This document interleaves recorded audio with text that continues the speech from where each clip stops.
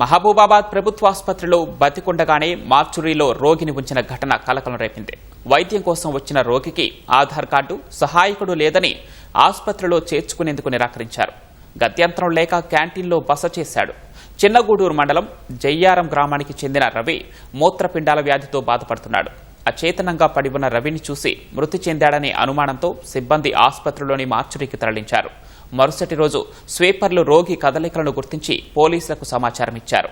రవిని ఆసుపత్రిలో చేర్పించి వైద్యం చేయిస్తున్నారు.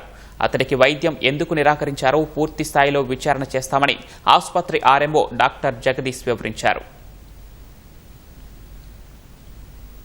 ఒక నెల రోజులు అవుతుంది. నా 20 పడిపోయి లేస్తలేదు. 7 రోజుల క్రితం హాస్పిటల్కి వస్తే ఏమిటి అటెండర్ ఉండాలి, నీకు ఆధార్ కార్డు ఉండాలి అంటే ఆధార్ కార్డు లేదు నా దగ్గర, అటెండర్ ఉన్నాయన్నట్టు మనుషులే, నాకు ఎవరు లేరు. నేను పోయి క్యాంటీన్లో పడుకుంటున్నా. ఆటోమేటిక్గా ప్యాంట్లోనే పడిపోతుంది మూత్రం. అయితే 2 రోజులు అలా పోసుకునేసరికి స్మెల్ వస్తుందని చెప్పేసి క్యాంటీన్ వాళ్ళు నన్ను తీసి అక్కడ మార్చురీ గేట్ ముందు వేశారు. వేసిన రోజు నైట్ మస్తు వర్షం, నన్ను లేపిటలు లేరు, నేను లేచేటట్లేదు. అక్కడ వేస్తే నైట్ నన్ను 8 గంటలకు తీసుకెళ్ళి లోపల వేసారో తెలియదు. స్వీపర్లు ఉంటారు కదా ఊడ్చేవాళ్ళు, వాళ్ళు చూసి పోలీసులకు ఇంటిమేషన్ ఇచ్చారు. చనిపోయిన కింద లెక్క అన్నట్టే కదండి, లేచేటట్లేదు కాబట్టి ఎవరు లేరు.